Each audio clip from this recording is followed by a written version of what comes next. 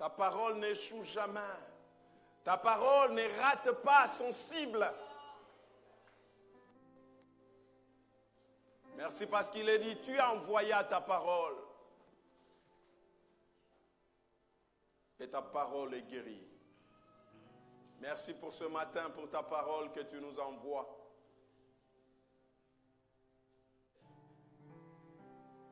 Merci parce que, Seigneur, nos cœurs se disposent à toi.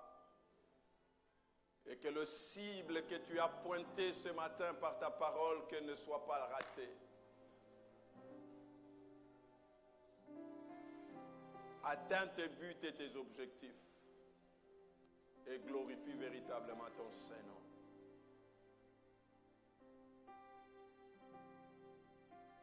Sois béni, Seigneur.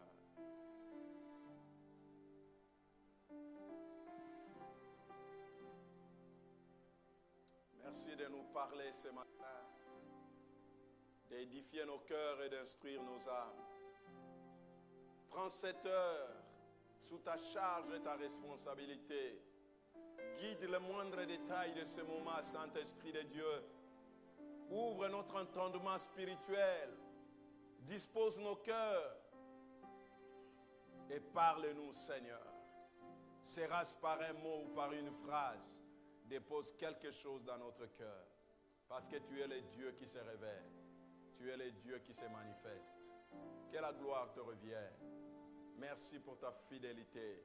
Merci pour ta bonté. Sois honoré à jamais. Sois exalté pour toujours. À toi toute la gloire au siècle des siècles. Nous disons tous Amen. Gloire à Dieu.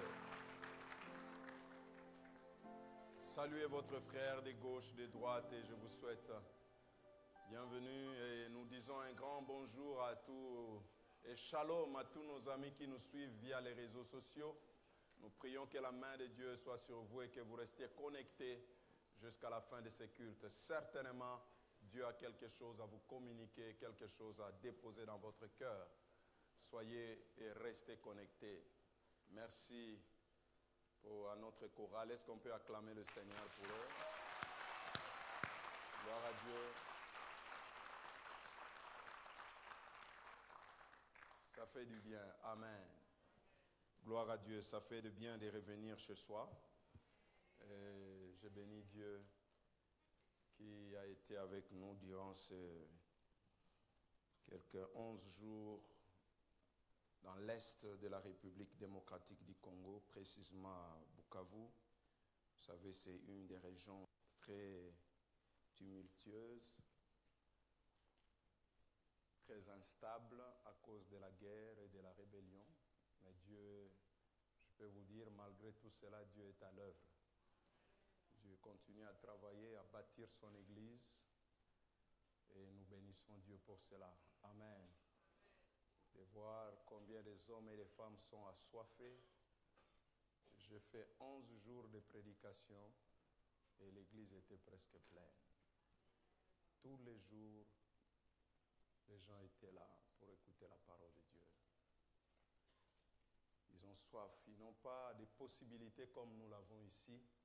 Ils font de longues distances, des fois à pied, dans des conditions très difficiles, mais ils sont là. Amen. Pendant que nous qui avons des possibilités, nous n'avons que des excuses. Que des excuses.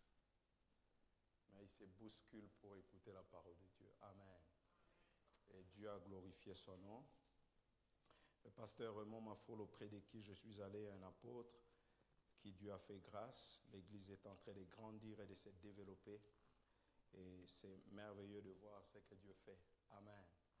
Ils ont besoin de nos soutiens, de notre soutien, de nos prières, pour que Dieu puisse les aider dans ces climats, dans ces contextes un peu très difficiles, et à aller de l'avant et à faire avancer l'œuvre de Dieu.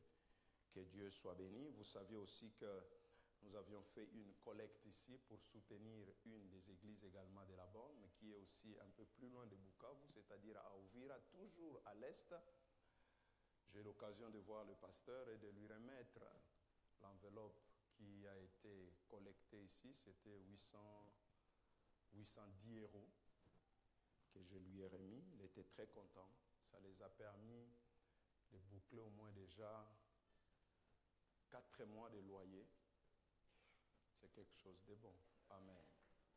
Mais ils sont sûrs de payer le loyer. Et nous bénissons le Seigneur. Amen. Merci pour votre générosité. Ce coin-là a besoin de nous, a besoin de vous. C'est vraiment un coin très difficile, mais Dieu est en train de soutenir ses serviteurs et la mission est en train de progresser. Amen. Que Dieu soit béni. Grande est ma joie de vous revoir et Dieu vous a fait du bien, nous a fait aussi beaucoup du bien. Amen. Nous bénissons le Seigneur pour toutes ses grâces et ses merveilles. Merci à tous mes collaborateurs, ces bien-aimés frères et sœurs qui sont là, même quand nous, on n'est pas là. Et l'œuvre de Dieu continue à avancer. Amen. Personne n'est indispensable. Et quand vous avez des personnes comme eux, vous êtes fiers. Vous pouvez dormir en paix. Amen. Vous savez que l'œuvre de Dieu est allée de l'avant, ça avance, ça progresse. Et que tout l'honneur et la gloire reviennent à notre Dieu. Merci beaucoup. Nous allons faire notre lecture dans les livres de Jérémie, chapitre 18. Nous lirons le verset 3 et le verset 4.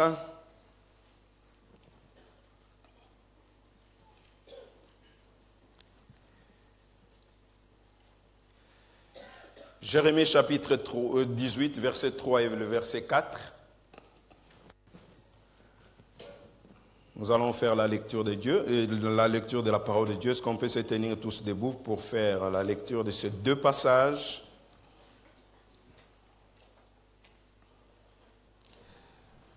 Allons-y tous ensemble, à haute voix s'il vous plaît. Lisons la parole de Dieu.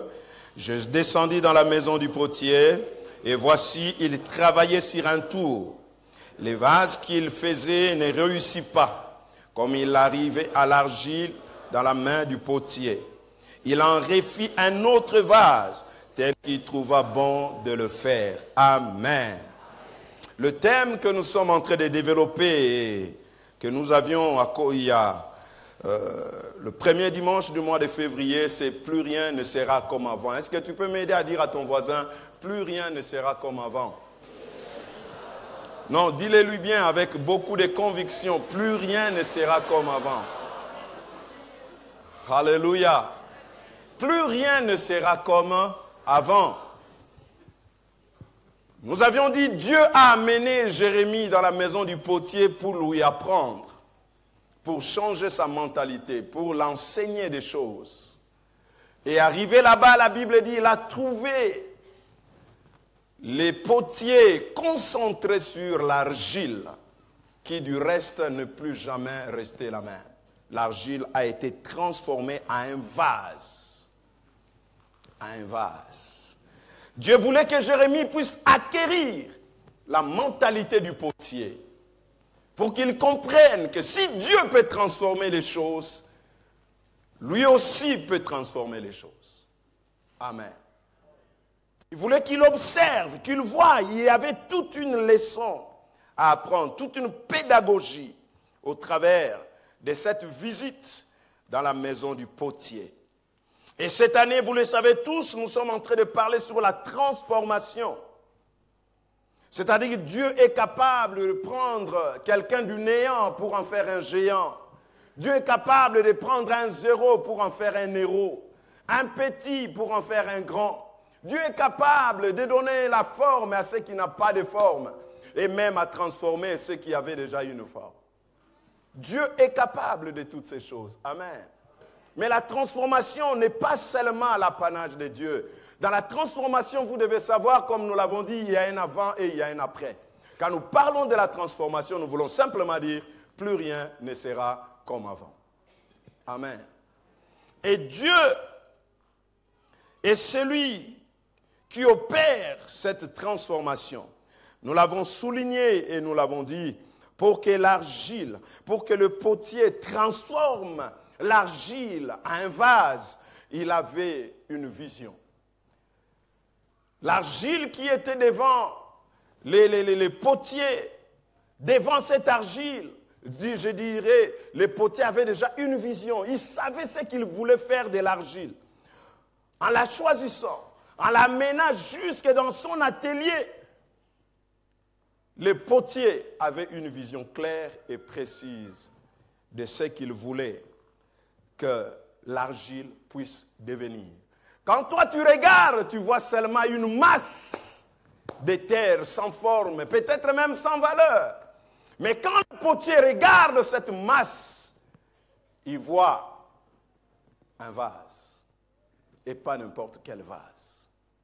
Il voit plus loin, au-delà de l'apparence. Il voit le potentiel que cette argile a de devenir. Car l'argile a le potentiel de devenir. Tout dépend de la vision du potier. Amen. Tout dépend de la vision du potier. Donc la transformation n'est pas seulement l'affaire de Dieu, mais c'est aussi notre responsabilité. Comme je l'ai dit la fois passée, à moins d'assumer notre responsabilité, la transformation ne sera pas notre réalité. Il y a une responsabilité que nous devons assumer. Pour que plus rien ne soit comme avant, nous devons développer la mentalité du potier. Car aucune transformation ne peut se faire sans une vision au préalable. Voilà l'élément clé pour vivre, pour transformer, pour que plus rien ne soit comme avant, nous devons avoir une vision. Que vois-tu? Que vois-tu? Regardez, partout où il y a eu transformation, changement, il y avait une vision. On ne peut pas parler de transformation sans une vision au préalable. Et si vous n'avez pas une vision claire, comment allez-vous vivre la transformation? Comment serez-vous un transformateur? Car le problème, ce n'est pas seulement de vivre la transformation, mais de devenir aussi un agent transformateur. Celui qui transforme des questions en réponses, des problèmes en solutions. Amen. Alors il nous faut une vision. La vision, elle est très importante. Et nous avions dit que la vision, c'est quoi? La vision, c'est voir le projet de Dieu pour sa vie. C'est de voir le projet de Dieu pour sa vie. Dieu a un projet pour chacun d'entre nous, nous dit Jérémie chapitre 29, verset 11. Je connais les projets que j'ai formés sur vous.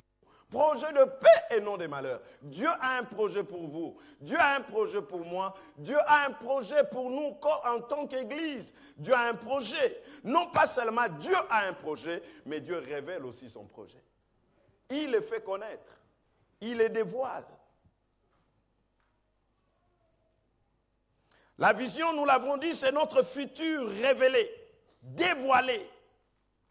C'est la révélation que Dieu communique à notre esprit de ce qu'il veut que nous soyons, de ce qu'il veut que nous fassions et de là où il veut que nous allions. C'est cette pensée, cette image, c'est la photo que Dieu vous donne, qu'il vous montre. Quand vous regardez cette photo, vous ne vous retrouvez pas. Parce que ce n'est pas ce que vous êtes. Mais la photo que Dieu vous envoie, ça ne parle pas de votre passé ni de votre présent, mais de votre futur. Voilà pourquoi vous ne vous reconnaissez pas dans cette photo. En parlant, quand j'étais à Bukavu avec le pasteur, il m'a raconté une histoire qu'il a vécue.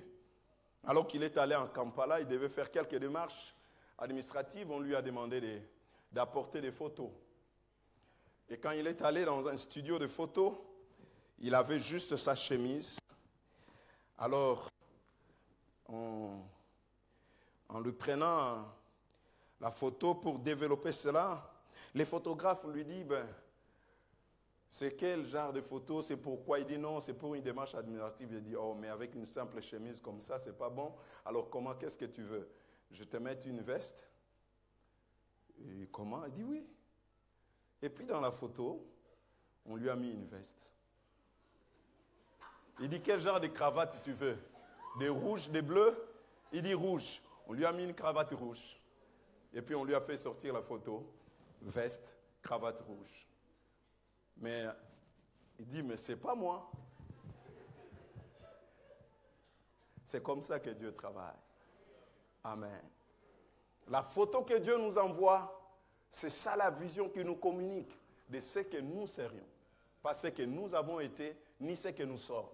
C'est pourquoi quand il est venu vers Gédéon, il lui a dit, vaillant héros, voilà la photo que moi j'ai pour toi. Voilà comment moi je te vois. Il dit, vaillant héros, tu iras battre les Madians. Il dit, voilà ce que comment moi je te vois, et là où moi je te vois faire. Je te vois en train de battre les Madianites. Pendant que Gédéon était en train de battre du froment. Mais Dieu le voit comme en train de battre les Madianites. C'est pourquoi Gédéon avait difficile à accepter cette vision. Il dit, non, c'est pas moi, tu t'es trompé.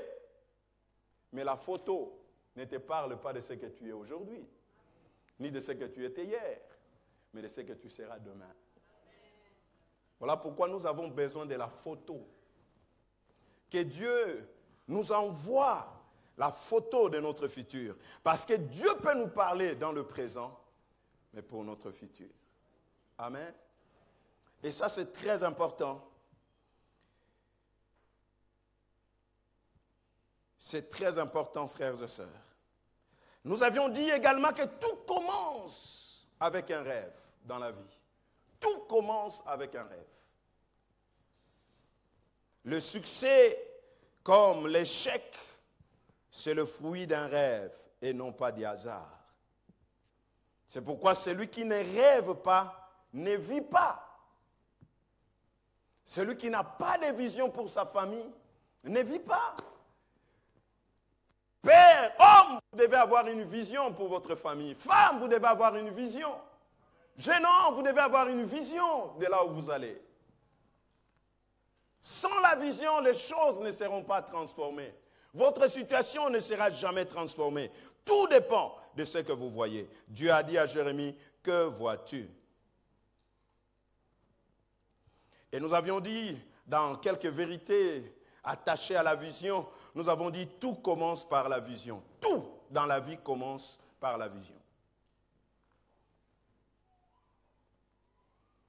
Celui qui n'a pas de rêve n'a jamais commencé véritablement à vivre sa vie.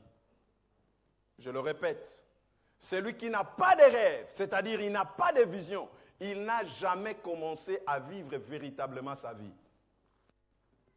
Peut-être ce que tu vis, c'est la vie des autres. Mais ta vie à toi, tu ne l'as jamais commencé. À moins d'avoir un rêve, d'avoir une vision. Nous avons besoin de cela, frères et sœurs. Nous avions dit une deuxième vérité attachée à la vision, c'est que le rêve peut sembler lointain, impossible à réaliser. Mais comme pour Joseph, un rêve inspiré par Dieu finira toujours par s'accomplir. Dieu ne nous donne pas un rêve en fonction de nos possibilités, mais en fonction de ses capacités. C'est parce que lui, il veut se retrouver dans ses rêves, non pas pour que nous nous retrouvions.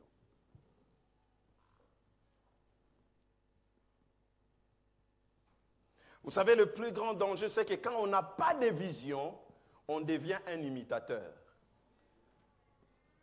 Quand on n'a pas de vision, on devient un imitateur, un copieur. On copie les autres. Quand une église n'a pas de vision, il copie les autres. On veut faire comme les autres. Et c'est là le danger dans lequel beaucoup de gens sont en train de vivre. Parce que vous n'êtes pas une photocopie. Vous êtes un original. Avec une vision originale. que Dieu vous a donné? Est-ce que vous savez que Dieu vous a créé pour un but? Est-ce que vous savez que votre présence dans ce pays n'est pas gratuite, n'est pas inutile, n'est pas par hasard? Peut-être vous-même vous dites, oh, je n'avais pas souhaité. Ici, ce n'était qu'un lieu de transit. Mais voilà, tout bloque. Je suis resté là. Ce n'est pas pour rien. Dieu a un but, a une vision. Amen. Dieu a un rêve. Dieu nous a créés pour un but, pour un objectif. Il faut que nous puissions voir ce que Dieu veut de nous. Ce que Dieu veut nous amener. Là où Dieu veut nous amener, et ce qu'il veut que nous puissions devenir.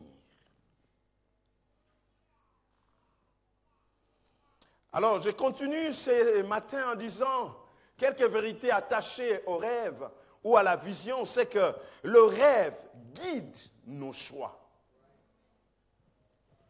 Le rêve guide nos choix. Tout dépend de ce que tu rêves. Tout dépend de la vision que tu as. Et ta vision, tes choix, révèlent ta vision. Ce que tu veux devenir demain, nous pouvons le voir aujourd'hui au travers des choix que tu fais dans la vie.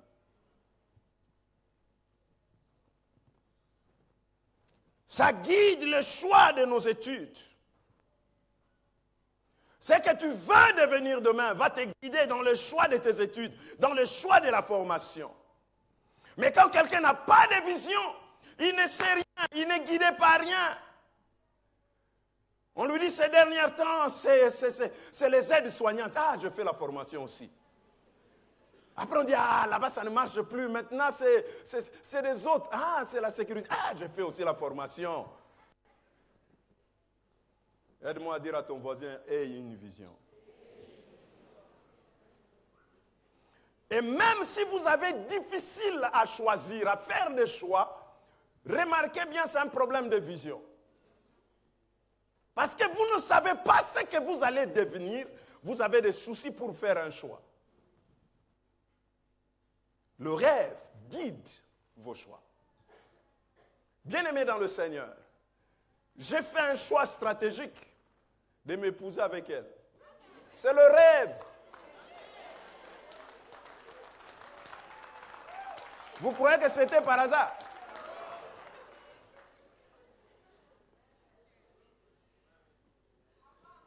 C'était le rêve. Le rêve m'a guidé. J'ai dit, vu ce que je dois devenir, il me faudrait une femme qui est comme ça, comme ça, comme ça.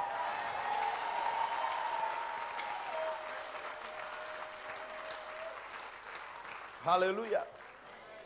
Mais elle aussi, sa réponse à mon égard était guidée. Son choix sur moi était guidé par le rêve. Parce que je vous avais dit, le rêve ne considère pas l'apparence, mais le potentiel. Alors, s'il avait considéré l'apparence, il y avait mieux. Pauvre étudiant à l'Institut biblique, vivant même chez les gens, ni maison, ni salaire, ni rien. Mais là où elle était en Afrique du Sud, les médecins tournaient autour. Mais elle a dit non, le rêve me guide. C'est pourquoi le jour où on s'est marié, vous savez qu'est-ce qu'elle a chanté?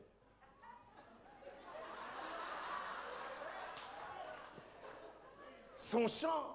Elle a dit, mon rêve enfin réalisé.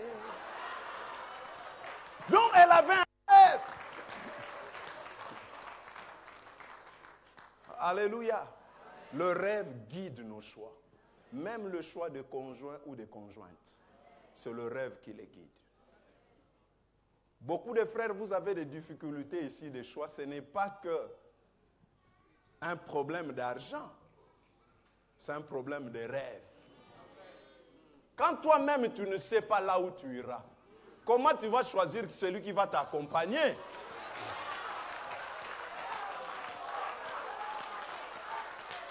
Tu es difficile. C'est pourquoi tantôt tu vas chez elle, la marche pas dire, tu vas, non. Toi-même, tu ne t'es pas encore retrouvé dans ton rêve.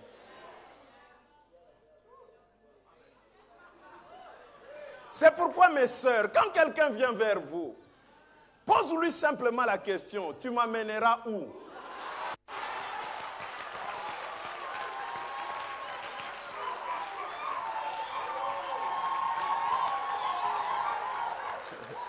Alors, si il commence à dire, oh, comme le Seigneur va nous conduire, normalement, laisse. Nous avons besoin des hommes visionnaires qui savent là où ils nous amènent, qui savent là où ils nous introduisent. J'ai besoin d'un homme qui voit, pas d'un aveugle.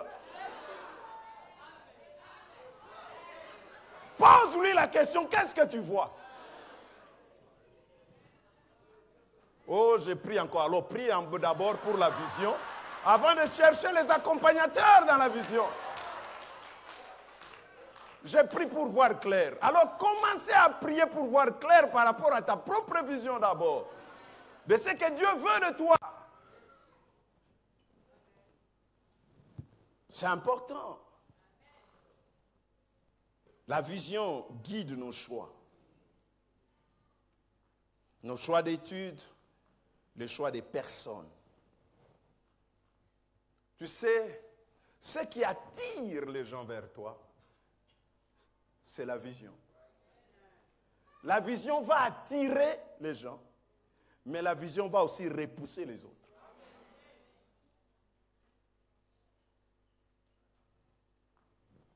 La vision va t'attirer les gens, mais la même vision va repousser les gens. Pour dire non. D'où l'importance d'avoir une vision claire. Quand on a une vision claire, on sait quel genre de personnes je dois fréquenter, avec qui je dois travailler. C'est la vision qui amène, qui attire. C'est important, frères et sœurs. Aide-moi encore à poser la question à ton voisin. Que vois-tu?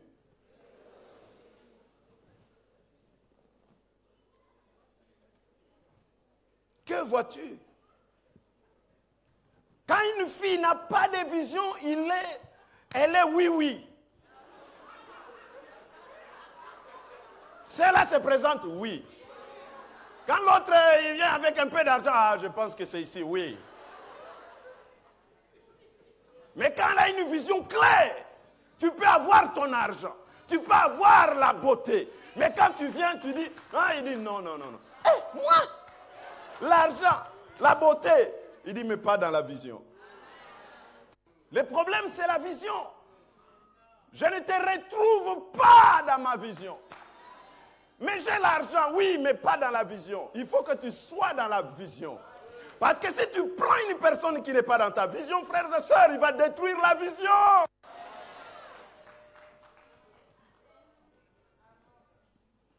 C'est le problème que cette personne va te créer des problèmes dans la vision. Dans la vision d'Abraham, il n'y avait pas Lot. Mais Abraham l'a pris parce qu'il dit, nous avons été avec lui.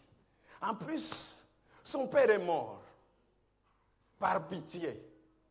Comment vous pouvez aimer quelqu'un par pitié jusqu'au mariage, juste par pitié? C'est dangereux même les frères qui vont se faire aimer par pitié. Ils commencent à vous dire, non, tu vois, moi je suis orphelin de père et de mère. Vraiment, j'ai souffert dans ma vie, hein. J'ai manqué d'amour et c'est moi qui dois te donner cet amour-là.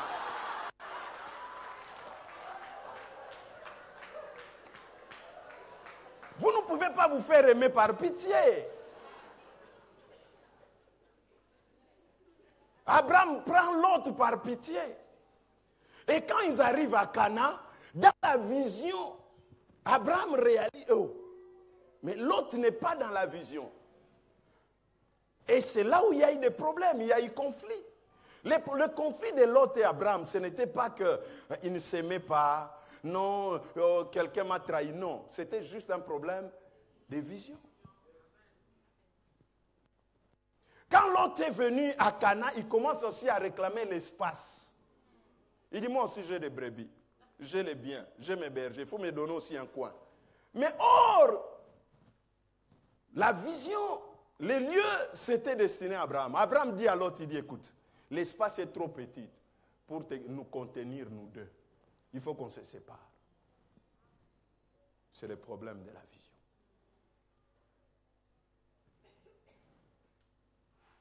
Et frère, c'est très dangereux. N'aimez pas quelqu'un par pitié. Ne vous l'introduisez pas par pitié. Elle vous a tellement parlé de cette difficulté. Vous dites, moi je suis le consolateur de cœur brisé. Je pense que comme je la comprends là, je peux vivre avec elle. Vous aurez des problèmes. La vision guide nos choix d'études, des personnes, même des travail. Ça guide nos choix des affaires, nos choix du milieu. C'est la vision qui guide cela. Remarquez, à cause de son rêve, Joseph a pu reconnaître que la femme de Potiphar n'était pas pour lui. Il savait que non, je ne peux pas.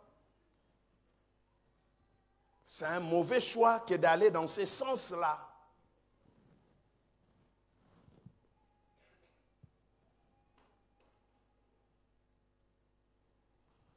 Le rêve lui a empêché de faire des choix insensés. Par contre, ça l'a poussé à faire des choix qu'elle n'a jamais faits. Je disais, quelques vérités attachées au rêve, le rêve guide nos choix. Aide-moi à dire à quelqu'un, le rêve guide nos choix.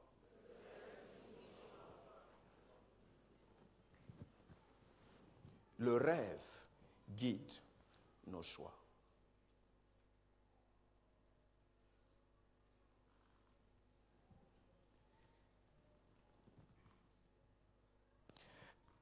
Notre vérité importante à savoir par rapport au rêve, c'est qu'un rêve donne de la force au milieu de l'adversité. Le rêve donne de la force au milieu de l'adversité. Vous savez, frères et sœurs, la puissance d'un rêve ou d'une vision vous fait passer à travers des traits enflammés de l'ennemi.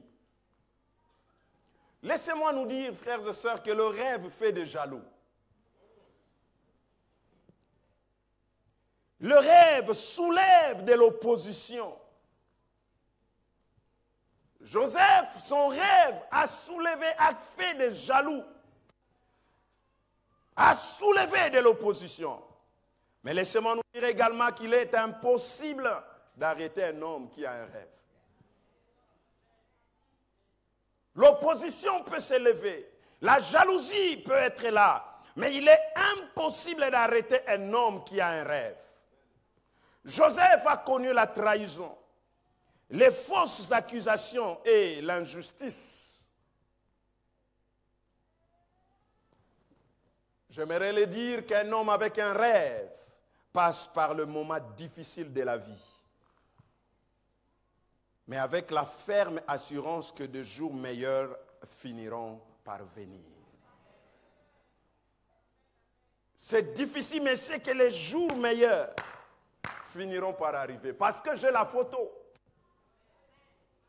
Quand je pleure pour la difficulté, je me sens haï, trahi, repoussé, rejeté. Mais je regarde la photo, je dis les jours meilleurs arrivent. Les jours meilleurs arrivent. C'est le rêve, la vision qui vous donne la force de traverser les adversités. Le rêve, quoique venant de Dieu, ne nous épargne pas de l'adversité, mais il nous soutient.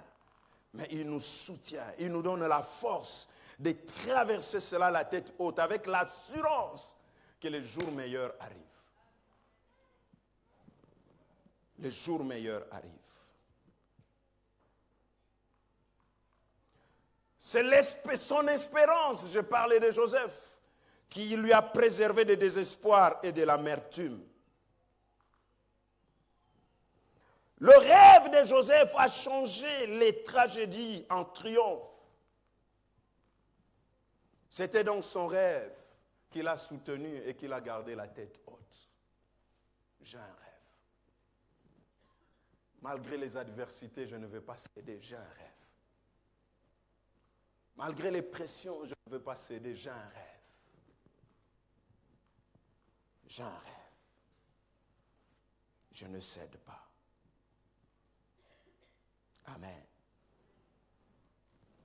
Une autre vérité importante à savoir par rapport attaché au rêve, c'est que la vision ou le rêve, la vision de Dieu n'est pas égocentrique.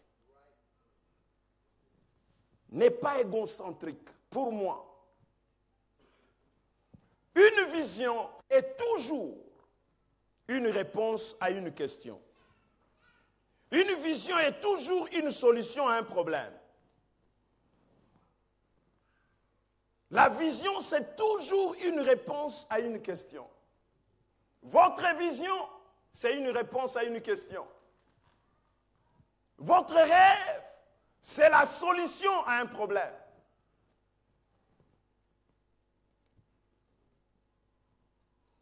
Si votre rêve ne sert pas les autres, non, elle ne vient pas de Dieu. Car le rêve qui vient de Dieu sert les autres. C'est une solution pour quelqu'un. Ce n'est pas quelque chose d'égocentrique qui se dirige que vers moi. C'est pour ma gloire. Non. Le rêve de Joseph n'était pas égocentrique. Écoutez ce que Joseph dit dans Genèse chapitre 50, 20 à 21.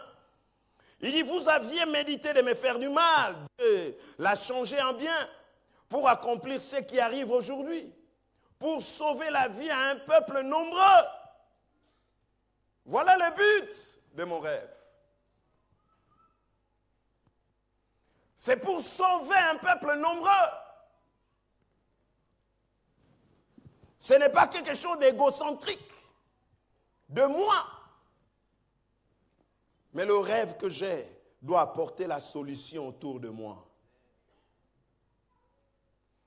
Le rêve que j'ai doit apporter la solution dans mon foyer. Ça doit répondre à une question et donner la solution à un problème. Il y avait un problème, un problème s'envisageait, se prédisait déjà en Égypte. Heureusement, il y avait le rêve de Joseph. Car il y avait déjà prévu qu'il y aurait une famine. Dieu savait. Et Dieu a donné un rêve à Joseph. Et le rêve de Joseph était la solution pour l'Égypte.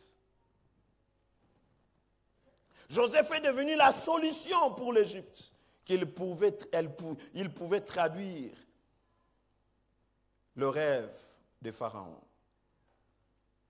Ton rêve doit répondre à un problème.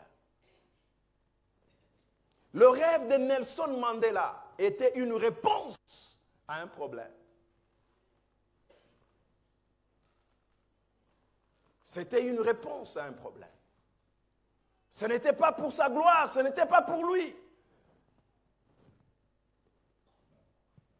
Mais c'était pour briser le pouvoir de l'apartheid.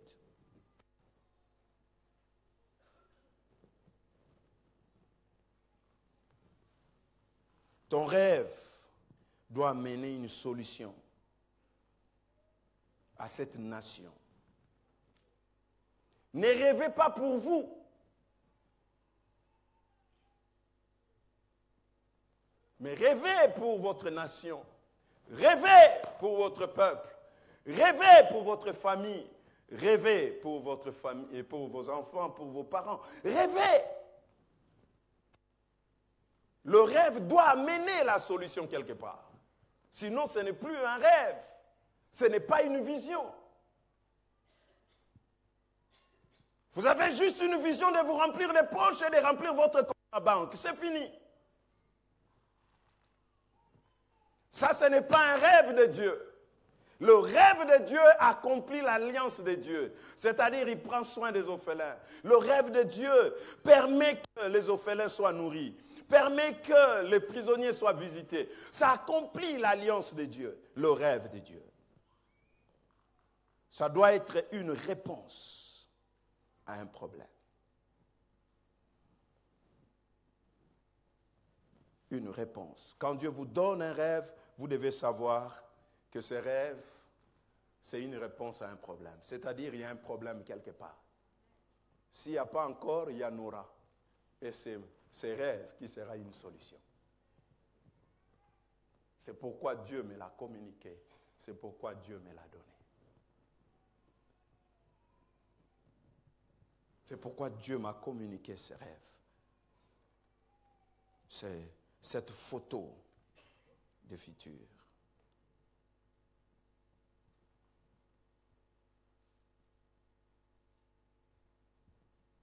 Le rêve que Dieu a donné à Joseph n'était pas pour Joseph. C'était pour son père Jacob, pour ses frères, pour le pays d'Égypte, pour le royaume de Dieu. Le rêve que Dieu donne ne sont pas pour nous, mais pour notre Père céleste, pour notre famille, pour la terre où nous sommes, pour le royaume de Dieu.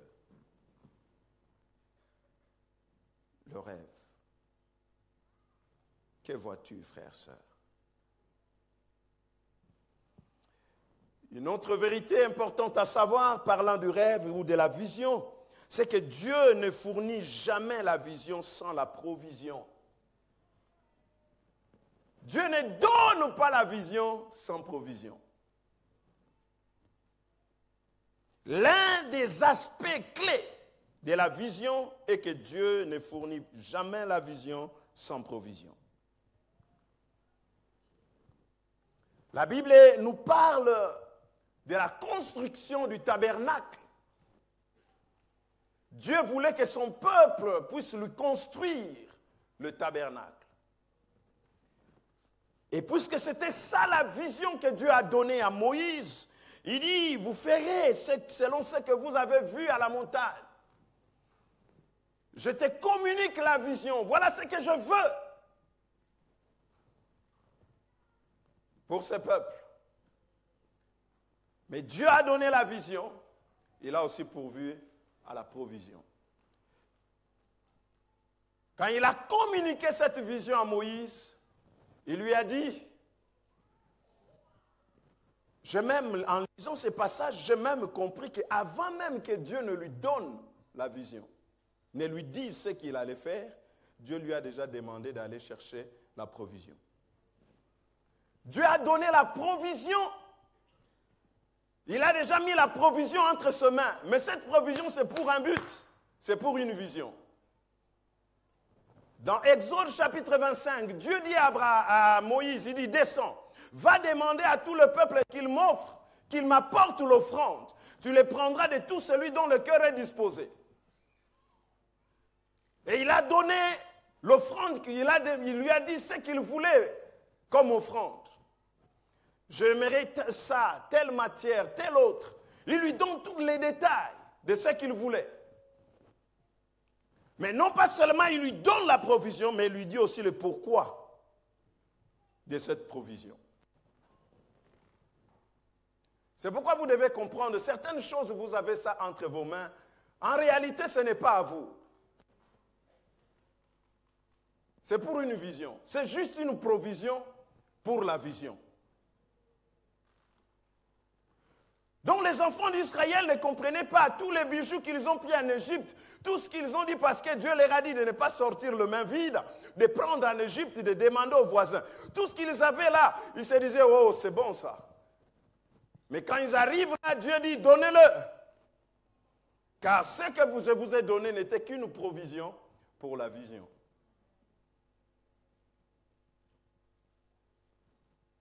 Et quand la vision est arrivée, Dieu dit à Moïse, il dit, prends de tout celui dont le cœur est disposé. Dieu donne la vision et il demande à Moïse, il dit d'aller demander la provision au peuple. La plupart des choses que Dieu vous donne, par lesquelles Dieu vous bénit, n'est pas forcément pour que vous mangez. C'est pour soutenir la vision. So, faites une provision pour la vision.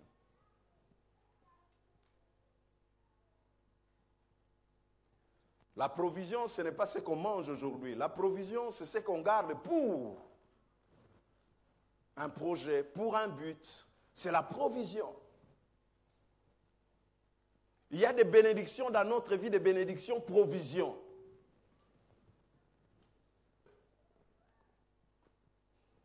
Pourquoi? Parce que quand la vision va se présenter, ça, ce que vous avez, ça sera une provision à la vision. Non pas seulement Dieu lui a donné, lui a demandé de prendre des provisions matérielles. Ce qui est compliqué, frères et sœurs, c'est que Dieu était capable de dire à Moïse, voilà, vous allez me construire ça, ne vous inquiétez pas, je vais faire descendre les anges, je vais envoyer comme une pluie tout ce dont vous avez besoin. Mais Dieu sait à qui il a mis sa provision pour cette vision. Et il demande à Moïse, va les demander, c'est ma provision. Je répète, il y a des bénédictions provisions. Et le moment où une vision se présente, Dieu va vous dire, donnez-le. Vous avez déjà planifié sur tout ça. Mais quand la provision vient, Dieu dit, donne. Quand la vision vient, Dieu dit, quand vienne la vision, Dieu vous dit, donne cette provision. C'était juste une provision. C'est pourquoi des fois il est important quand Dieu vous bénit de dire, Seigneur, qu'est-ce que je vais en faire? Dis-moi ce que je ferai. Un homme spirituel, c'est ce qu'il fait. Quand il reçoit, il dit, Seigneur, communique-moi ta pensée. Mais nous, on bouffe tout. Ah, gloire à Dieu. Hein? Mais il y a une vision qui va réclamer cette provision. Et Dieu dit à Moïse, il dit, va demander au peuple. Va leur dire d'amener tout ce qu'ils ont de telle qualité et prends-le de tous ceux qui ont le cœur disposé. Mais Dieu ne s'est pas limité là au chapitre 31 de Exode. Dieu lui dit, par rapport toujours à la vision, Dieu lui donne des provisions humaines. Une provision humaine. Il lui dit, j'ai choisi Bethsahel et je l'ai oint de mon esprit pour qu'il accomplisse des ouvrages comme un artisan. Et j'ai mis à ses côtés des gens qui vont l'aider à accomplir ce que je te fais voir. Quand Dieu donne la vision, il pourvoit la provision. Au fait, la provision de Dieu est déjà là. Quand vous avez la vision, sachez que Dieu a déjà placé la provision. Dieu ne vous donne pas la vision avant la provision. Dieu donne d'abord la provision et puis vous donne la vision. C'est pourquoi lorsqu'il a créé, il n'a pas créé d'abord Adam pour commencer à chercher où il va le placer.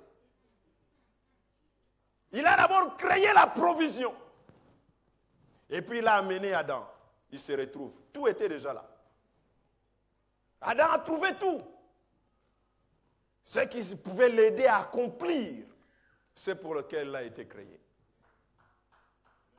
Bien-aimés, quand Dieu vous communique la vision, quand Dieu vous fait voir déjà les choses, sachez que tout est déjà là. La provision est déjà là. C'est pourquoi je crois que quand Dieu nous a amené ici la vision d'ici, il a déjà mis la provision. Vous êtes la provision de Dieu pour cette église. Ouais, que vous dites amen ou pas, vous êtes.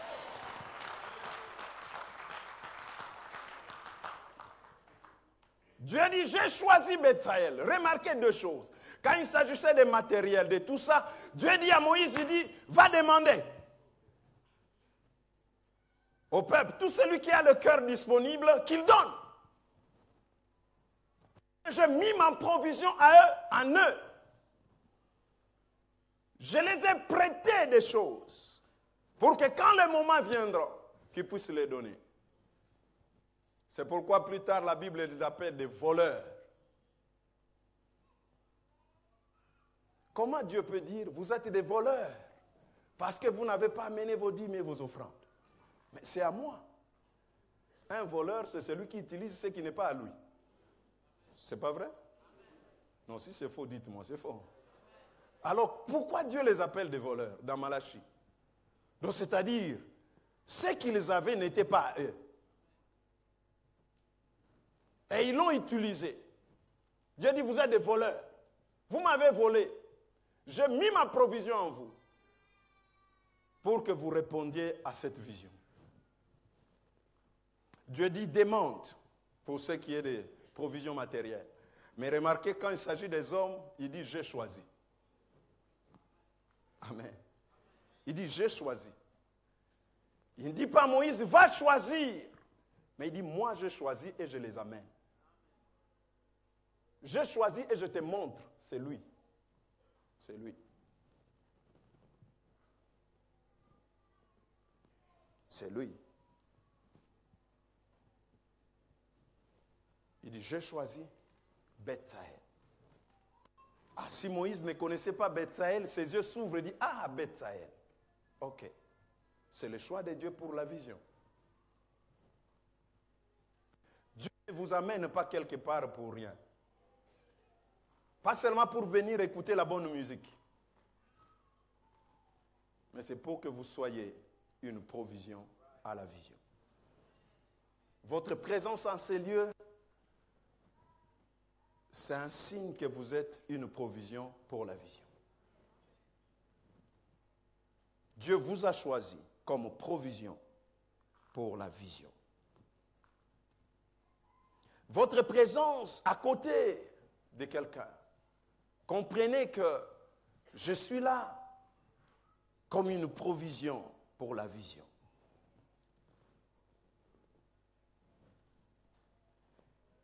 Et c'est ce que Dieu a dit à Moïse par rapport à Beth-Saël. J'ai choisi. Si je te laisse choisir, tu ferais un choix selon les apparences. Mais moi, j'ai choisi Beth-Saël pour ma vision. La vision de Dieu exige les hommes de Dieu. Amen. Je répète, la vision de Dieu exige les hommes de Dieu. Et ce qui est très souvent contradictoire, c'est que très souvent les hommes de Dieu, pour accomplir sa vision, n'ont toujours pas la forme que les hommes du monde leur donnent. La vision de Dieu exige les hommes de Dieu. La vision que Dieu avait pour Israël, il fallait un homme selon le cœur de Dieu, David. Pas Saoul. Saoul, c'était le choix des hommes qu'il voulait mettre dans la vision de Dieu. Car très souvent, nous prenons les hommes, le choix des hommes, nous voulons les coller avec la vision de Dieu. C'est pourquoi ça ne marche pas. Mais quand ce sont des hommes de Dieu, nous les plaçons à côté de la vision de Dieu. Bien aimé, les choses marchent comme sur les roulettes. Ce sont des hommes qu'on ne force pas. Parce qu'ils sont faits pour ça. Ce sont des hommes qu'on ne supplie pas. Parce qu'ils sont faits pour ça. Ils avalent la vision. Ils baignent dans la vision. La vision devient une partie intégrante de leur vie. Parce qu'ils sont des hommes de vision. Il dit, j'ai choisi Beth-Saël. Il n'y avait pas que Beth-Saël, il y avait d'autres. Mais il dit, moi j'ai choisi. Il n'a pas dit Josué pour cette vision. Josué est là. Peut-être Moïse allait dire Josué, je le vois un peu, hein? Il peut faire un beau, surtout que c'est mon petit. Je peux lui confier des choses importantes comme ça. Mais Dieu dit, j'ai choisi Beth-Saël. C'est Beth-Saël, l'homme pour la vision. La vision de Dieu a besoin des hommes et des femmes de Dieu. Quand je parle des hommes et des femmes de Dieu, je parle des hommes et des femmes choisis par Dieu. Des fois, nous faisons nos choix sur base d'apparence, sur base des sentiments. Et nous tuons la vision de Dieu. Dans les jours qui viennent, je parlerai des tueurs de vision. Et nous tuons la vision de Dieu parce que nous ne choisissons pas de bonnes personnes. Et quand ils viennent, ils tuent la vision.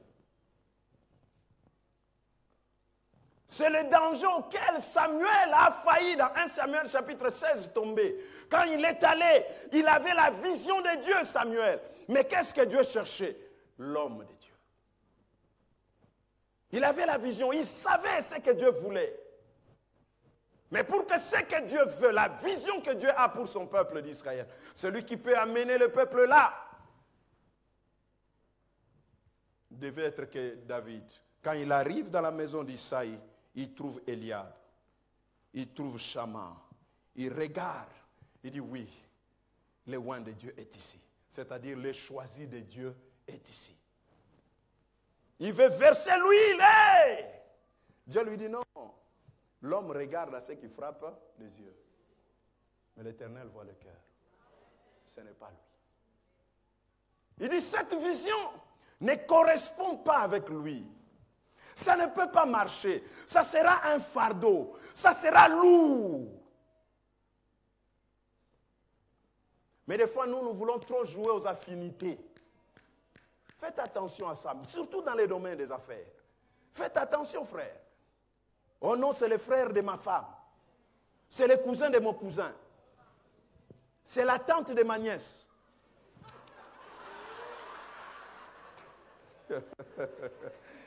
Faites attention. Vous risquez de faire entrer quelqu'un dans la vision alors qu'il n'est pas l'homme de la vision. Et il va vous créer des problèmes, il va tuer la vision. Parce que l'homme de la vision, il a le fardeau de la vision, frère.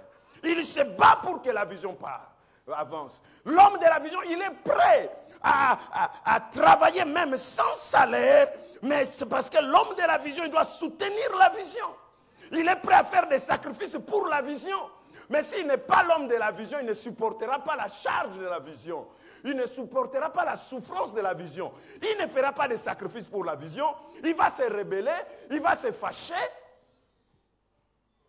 Mais toi, tu l'as pris parce que, non, nous avons des affinités. Si je ne fais pas ça, tu vois, les cousins risquent de penser. Qu'ils pensent ce qu'ils veulent penser.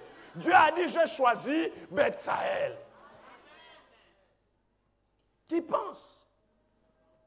Aaron pouvait dire à Moïse, oh Moïse, moi je suis ton frère. Un projet comme ça, donne-moi la supervision. Je suis ton frère. Tu donnes Bethsaël, mais il vient d'où lui? Il n'est pas membre de notre famille. On doit veiller. Même dans le ministère, les gens vont faire entrer trop de... Oh non, écoutez, il faut faire attention, c'est notre œuvre. Quelle œuvre à vous? C'est l'œuvre de Dieu. Il choisit ses hommes. C'est le danger. On dit non, il doit être de notre région. Il doit être de notre tribu. S'il ne parle pas, il faut faire attention. Lui au moins, hey! Il parlera votre langue, mais quand il entre là, il tue la vision en votre langue.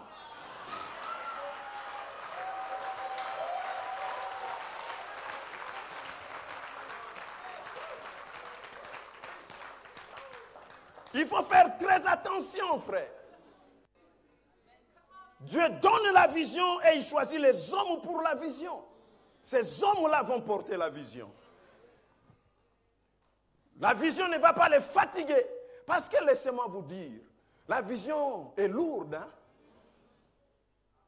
Si ce n'est pas pour vous, les épaules vont se fatiguer. C'est trop lourd. Vous allez commencer à murmurer. Parce que ce n'est pas pour vous. Ça pèse. Mais l'homme qui est fait pour cette vision, il porte la vision. Il soutient la vision. Il ne se fatigue pas. Il ne murmure pas. Parce que c'est la personne pour la vision.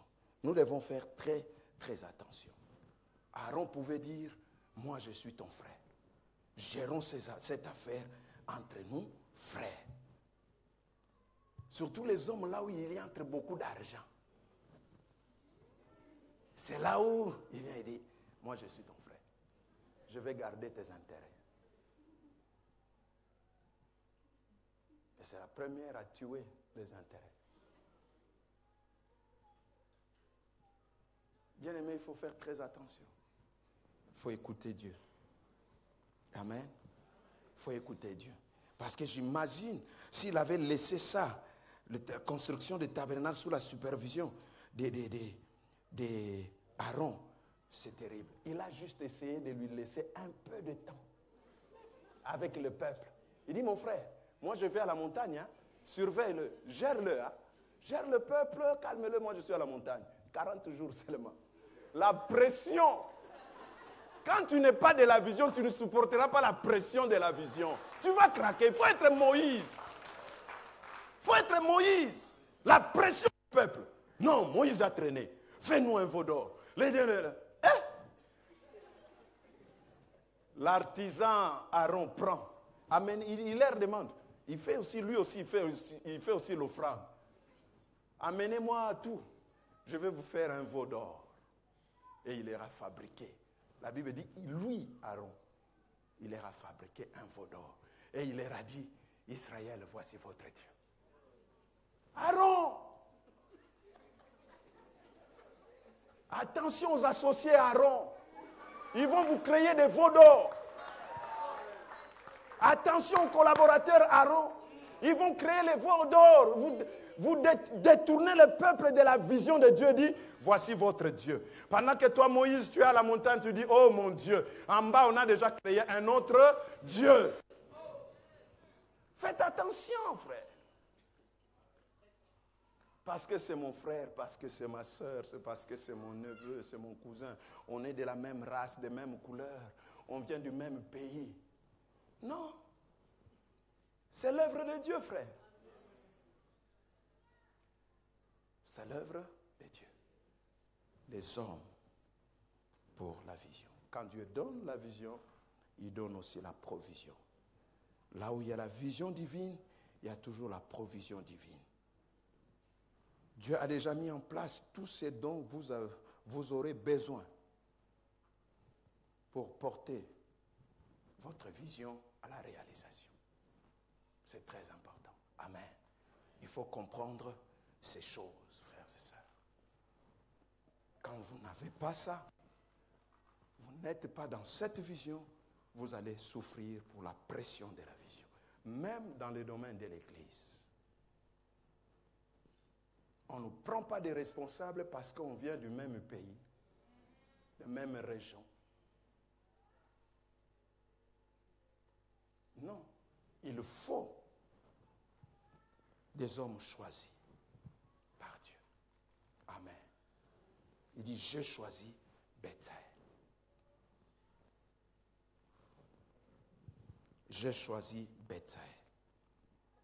Et les Bethsaël sont prêts à se sacrifier, à donner de leur temps, de leur énergie et de leurs moyens, de mettre leur intelligence pour que la vision aille de l'avant, pour que la vision progresse.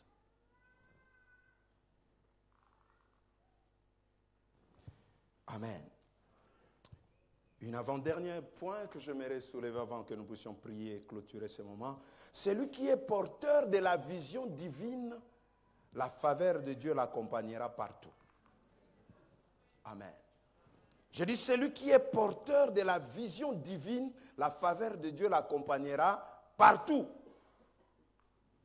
Remarquez avec Joseph, Dieu le bénit partout. Partout où il allait. Il fut béni dans la maison de Potiphar. Béni dans la prison. Avant d'être finalement béni avec Pharaon. Partout, la faveur de Dieu l'accompagne. La Bible dit, Dieu était avec lui. En prison, Dieu était avec lui. Pourquoi? Parce qu'il était porteur d'une vision divine. Et la faveur de Dieu l'accompagne. Il vient dans la maison de Potiphar, les choses ne marchaient pas. Mais dès que lui, il est venu là, puisqu'il est porteur de la vision divine, les choses commencent à fonctionner. C'est bizarre, hein? Partout où Joseph est passé, il était chef. Alors que dans la maison de son père, il n'était pas chef. Il était le cadet, il était l'avant-dernier, et même les garçons de course. C'est lui qu'on a envoyé. Mais quand il a reçu la vision, Dieu a déposé en lui sa vision, la faveur de Dieu l'accompagne. Il vient à la maison de Potiphar, l'esclave qui vient de venir. Certainement, avant lui, il y avait d'autres esclaves dans la maison de Potiphar. Mais quand lui, il est venu, on l'a nommé directement chef. Mais pourquoi? Qu'est-ce qui se passe? Je suis porteur de la vision divine. Et la faveur de Dieu m'accompagne. Pourquoi? C'est toujours toi, c'est toujours lui. Non, je suis porteur de la vision divine. Quand on porte la vision de Dieu, on a cette photo de notre devenir, frères et sœurs, qui vient de Dieu. La grâce de Dieu, la faveur de Dieu nous accompagne partout. On lui crée des problèmes chez Potiphar. On le met en prison. On dit, là-bas, tu vas couper. Il a trouvé des prisonniers chefs là-bas. Mais dès que lui, il est arrivé, l'intendant l'a nommé chef des prisonniers. Mais c'est le nouveau qui vient d'arriver. Il est porteur de la vision divine. Ce n'est pas moi, c'est la vision que je porte. La vision que je porte m'a montré la grandeur. Donc partout où je serai grand. Même en prison, avec des chaînes, mais je suis grand. Je donne des ordres. Parce que dans la vision, Dieu m'a vu grand. Et la grâce de la grandeur m'accompagne. Amen. C'est lui qui est porteur de la vision divine. La grâce de Dieu l'accompagne.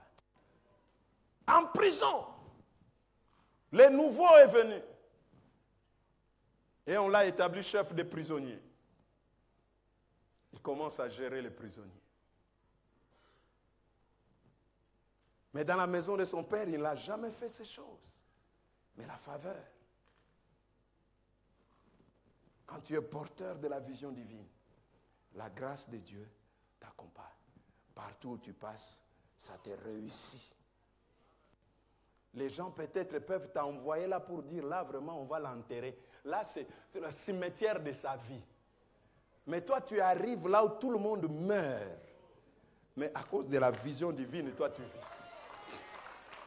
Là où il y a sécheresse pour tous, mais la vision divine que tu portes, la faveur accompagne cette vision, fait fructifier, fait croître, fait développer. Là où les gens peinent, souffrent. C'est pourquoi chercher la vision divine. Quand on est porteur de la vision divine, la faveur de Dieu nous accompagne partout. Partout.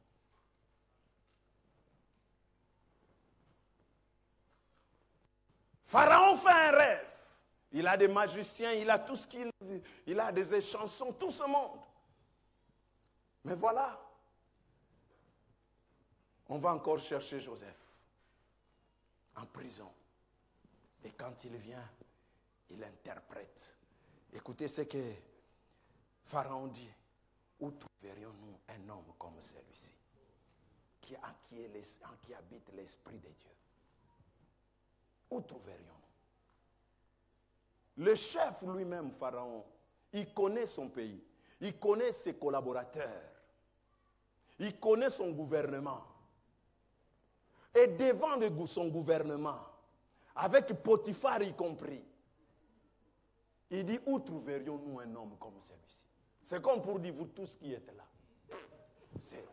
Vous ne l'égalez à rien. Mais c'est un prisonnier hébreu, Pharaon. Il dit, je m'en fous. Mais où trouverons-nous un homme comme celui-ci? Il connaît ces hommes. Mais là, il a trouvé un homme différent. Pourquoi? Porteur de la vision divine. La faveur, la distinguer des autres. Et Pharaon a dit, c'est lui. Il lui donne son anneau. Il dit, seul les trônes nous séparent. Mais tu as tout. Jamais Pharaon n'a donné tel pouvoir à quelqu'un. Mais la faveur de Dieu accompagne les porteurs de la vision divine. La faveur de Dieu. Je termine en disant, celui qui est plus grande est la vision, plus grand sera le combat.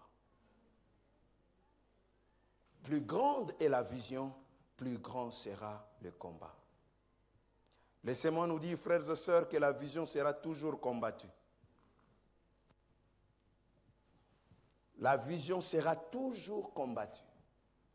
La grandeur des combats que vous rencontrez dans votre vie révèle la grandeur de la vision de Dieu pour vous.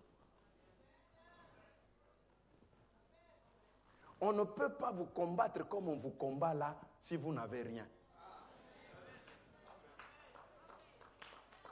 Vous ne pouvez pas vivre les difficultés que vous viviez là si vous n'avez rien. Il y a quelque chose qui fait peur au diable. C'est la vision de Dieu sur vous. Non. Vous avez quelque chose. C'est pourquoi les combats sont plus grands à cause de la grandeur de la vision que vous portez.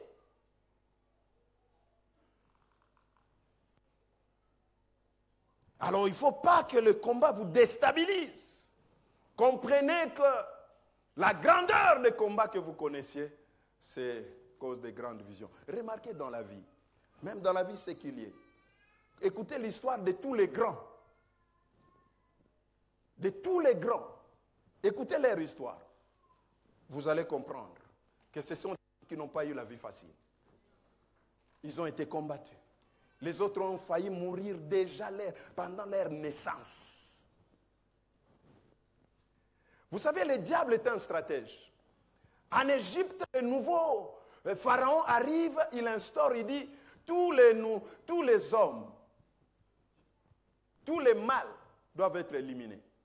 Au fait, il ne vise pas tous les mâles, il vise un mâle. Mais comme le diable ne sait pas tout, il ne sait pas qui est ce mâle-là. Alors pour ne pas prendre de risques, tuons-le tous. Au moins on sera sûr que quelque part là il est mort.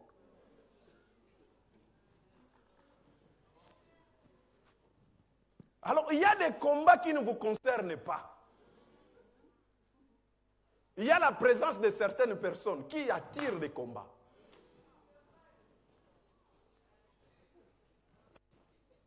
Moïse, c'est toi qu'on cherche. Jésus est né. Hérode a appris. Qu'est-ce que Hérode ordonne? Tuer tous les enfants de 2 ans.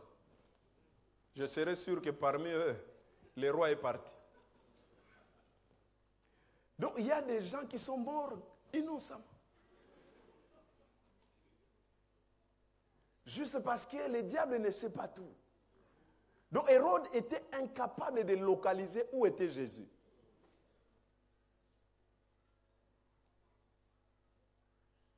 Mais l'étoile brillait déjà. Et dit tuer tout le monde. Plus grand est le combat, grande est la vision. Grande est la vision. C'est la vision qui vous attire tous ces problèmes. C'est la vision qui vous amène tous ces combats. Qui amène qu'on s'acharne sur vous. C'est la vision que Dieu a pour vous. Qui fait qu'on s'acharne sur vous. Qu'on puisse vous en vouloir. Qu'on puisse chercher à vous éliminer. Vous avez failli mourir alors que vous étiez encore un enfant. Vous avez failli être un avorton. C'est la grandeur de la vision qui amène ces problèmes. La trahison, c'est la grandeur de la vision qui suscite tous ces problèmes. Plus grande est la vision, grand sera le combat. Alléluia. Mais les combats ne vont jamais, je dis les combats ne vont jamais détruire la grandeur de la vision. C'est pourquoi ne soyez pas découragés pour les combats que vous traversez. C'est la grandeur de la vision qui amène ces combats. C'est la grandeur de la vision. D'autres combats que vous connaissez dans la vie, vous ne comprenez pas pourquoi seulement moi. C'est parce que vous êtes un Joseph. C'est pourquoi ça se focalise sur vous. C'est pourquoi les diables s'acharnent sur vous. Pourquoi seulement moi? Je dois connaître des choses comme ça, des maladies comme ça, des difficultés comme ça. Mais oui, c'est la grandeur de la vision. Dieu a une grande vision pour vous. Et les diables s'acharnent pour vous déstabiliser. Mais j'aimerais encourager quelqu'un ce matin. Ne sois pas découragé par le combat que tu traverses.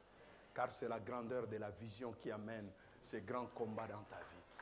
Mais ce qui est sûr, c'est que l'homme qui porte la vision de Dieu ne meurt pas sans avoir vu la vision se réaliser et s'accomplir. On peut le combattre, mais on ne va pas le vaincre. On peut chercher, on peut l'abattre, mais on ne va pas le détruire. On peut, mais on ne va pas le détruire. Parce qu'il porte la vision de Dieu. Parce qu'il porte la vision de Dieu. Puisque Dieu doit protéger sa vision, il vous protégera. C'est pourquoi Dieu a protégé Jésus qui était sa vision. Il a dit à Marie, il est encore bébé, traverse de l'autre côté. Pharaon ne le tuera pas. Et Hérode ne le tuera pas. Allez en Égypte. Dieu voulait protéger sa vision. Et jusqu'à ce que tout s'est calmé, cet Hérode est mort, Dieu lui a dit, maintenant tu peux rentrer. Bien-aimé dans le Seigneur, les combats que tu rencontres. Tu vas te fâcher contre les gens. Tu vas te fâcher contre la nature. Tu vas même des fois arriver à te révolter contre Dieu. Dieu, pourquoi moi? Pourquoi? Oui, c'est la vision que tu portes. C'est la vision de Dieu qui amène ce combat dans ta vie. Tu ne comprends pas. Tout ce que tu fais, ça ne marche pas.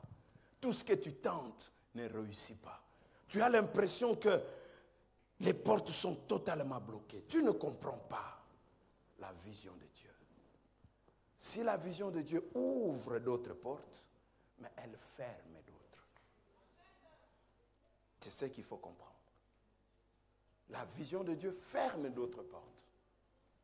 On peut se rebeller, on peut se fâcher, dire, mais Seigneur, pourquoi? Vous n'avez pas compris. Pourquoi Joseph, il était bien chez Potiphar, on lui fait confiance, on lui donne la gestion de la maison. Il est le boss, le chef. Et puis une histoire sans tête ni queue est sortie. Une femme invente des choses. Dieu, pourquoi tu ne l'as pas défendu? C'est la grandeur de la vision. Dieu, pourquoi tu n'as pas défendu? Pourquoi tu as laissé qu'on salisse ainsi sa réputation jusqu'à l'amener en prison? Mais Dieu, tu pouvais parler, tu pouvais dire, tu pouvais faire que cela n'arrive pas à Joseph. Il était déjà à l'aise, il était déjà là. Mais ce n'est pas là. La vision de Dieu, c'est plus grand que là où tu es. Alors, il doit te déplacer de là où tu es pour t'amener là où la vision, la grandeur peut se contenir. Non, Dieu ne t'a pas appelé pour être chef dans la maison de Potiphar.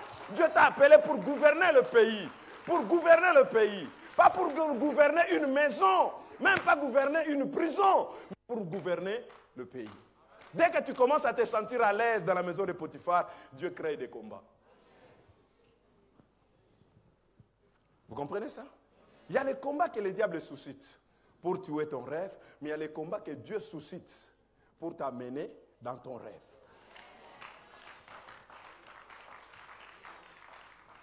Dès que tu commences à te sentir à l'aise, tu vois, moi c'est bon. Hein? Là, je pense que le rêve s'est accompli. Non. Dieu provoque des combats. On invente l'histoire. Ça te fait quitter là. Tu arrives en prison. Tu deviens chef. Tu dis, au moins, je suis enchaîné, je suis limité, mais je suis quand même chef. C'est moi qui donne les ordres. C'est moi qui gère. Comme à Bukavu, je viens, on m'a parlé d'une prison, parce que pendant que j'étais là, il y a un frère qui venait de faire quelques années en prison et sorti. Et on m'a relaté son histoire. On dit à peine, on l'a fait entrer en prison. On ne comprenait pas sa femme qui est dehors. Quand il n'avait pas d'argent, il allait récupérer l'argent, c'est son mari en prison. J'ai dit, comment ça? Il dit, mais oui. Pourquoi? Il dit, mais son mari était le chef en prison. Donc, tout nouveau prisonnier qui venait, Pour qu'il puisse trouver une place, il devait lui payer $20. Donc maintenant, sa femme, vous croyez que sa femme va vouloir que son mari sorte?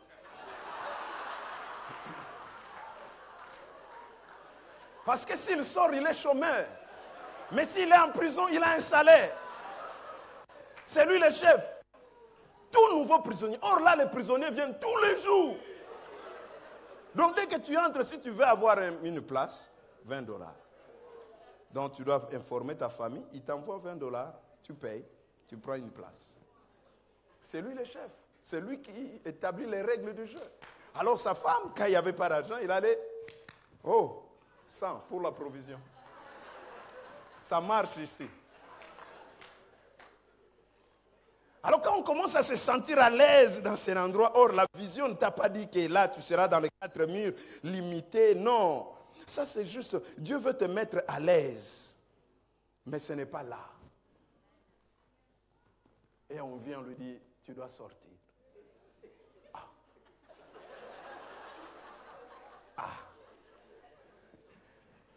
On provoque les combats. On dit, il faut que tu sortes d'ici. Il dit, mais je gagne déjà bien ici. Non, le combat arrive. C'est c'est ta vision là qui te réclame. La vision te réclame.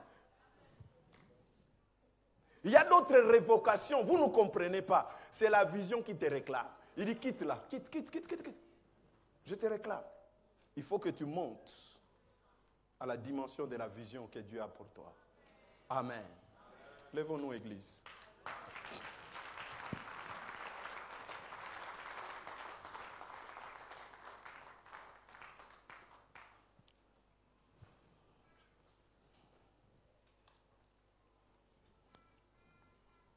Si ce matin tu as un problème de vision claire, tu dis, moi je ne vois pas clairement, je suis encore dans la confusion. C'est le moment de dire à Dieu, Seigneur, donne la précision à ma vision, afin que je ne marche pas dans la confusion. Éclaire mon esprit, pour que je vois clairement ce que tu veux pour moi, là où tu me veux. Mais j'aimerais aussi que nous puissions prier ce matin pour vous, les porteurs de la vision. Mais il y a une grande pression sur vous. Vous êtes tellement oppressés, vous êtes arrivés même prêts à lâcher la vision. À dire que c'est très difficile. Vous commencez même à parler en termes, c'était ma vision.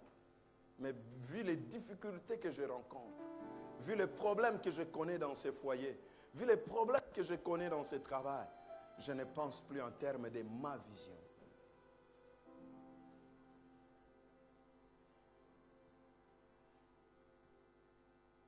Tu es même prêt à changer les choses, à abandonner cette vision pour changer autre chose.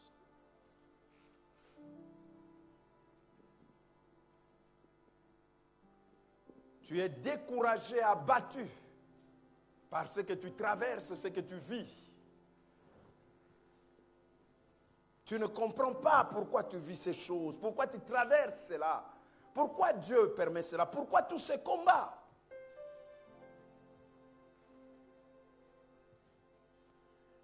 Dieu dit simplement, je veux te déplacer, je vais te bouger de là. Tu commençais déjà à te sentir à l'aise là. Mais du coup, les choses se basculent. Les choses commencent à se compliquer.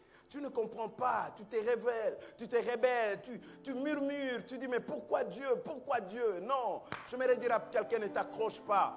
Il y a un endroit meilleur que celui-là. Il y a des domaines meilleurs que celui-là. Il y a des meilleurs endroits que ça. Tu ne comprends pas. Tu dis, mais on avait bien commencé ce projet avec lui. Mais du coup, il a changé d'avis. Ils ne veulent plus de moi. Il me tourne le dos. Il commence à partir. Mais laisse-le partir. C'est qu'il n'a pas de place dans ta vision. C'est pourquoi il part.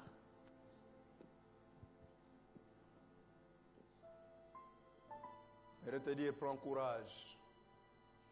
Sois fort. Les diables cherchent à te déstabiliser. Ils suscitent les combats.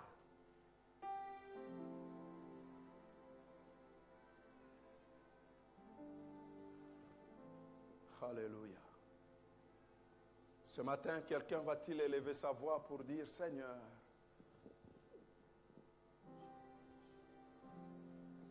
aide-moi à ne pas faire les choix selon moi, mais à faire les choix selon toi.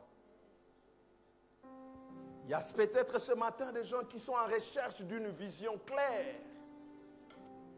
Lève ta voix, dis à Dieu, Seigneur, donne-moi la vision. Je ne vois rien, je ne comprends rien. Je suis un jeune homme, je suis une jeune fille, je ne sais pas quelle direction prendre, quelle orientation prendre. Mais j'ai besoin que tu éclaires ma vie, que tu me communiques ta vision, que je sache le futur. Mais il y a aussi des gens qui ont déjà une vision claire et précise. Mais depuis, ils trouvent que tout est bloqué, les portes sont fermées et que les difficultés viennent directement. Cette vision est comme combattue, il y a comme une lutte. Oh!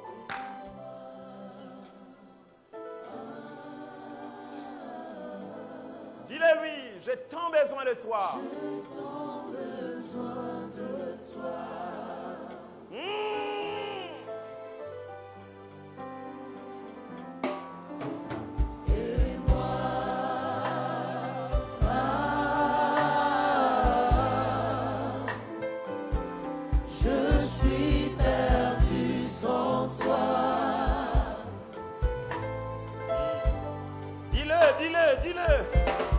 Dis-le-lui. Et moi,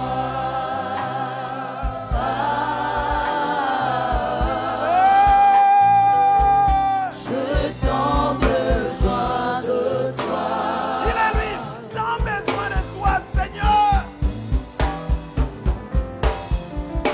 Et moi,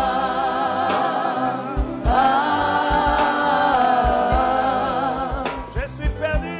Je suis perdu sans toi. Les diables veulent t'amener à abandonner la vision. N'abandonne pas. Accroche-toi, accroche-toi, accroche-toi. Et moi,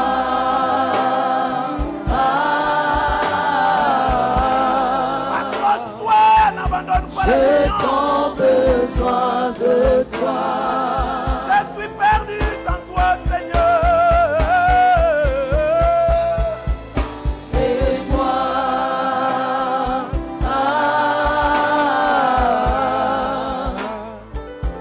je suis perdu sans toi. Élève ta voix maintenant, commence à parler à Dieu alors que les instruments jouent. Toi tu parles à Dieu, dis-le lui combien tu as besoin de lui. Dis-le lui comment tu n'en peux plus. Comment tu n'en peux plus, c'est trop dur pour toi. Dis-le lui combien tu as besoin de lui pour avoir une vision claire. Mais dis-lui aussi combien tu n'en peux plus.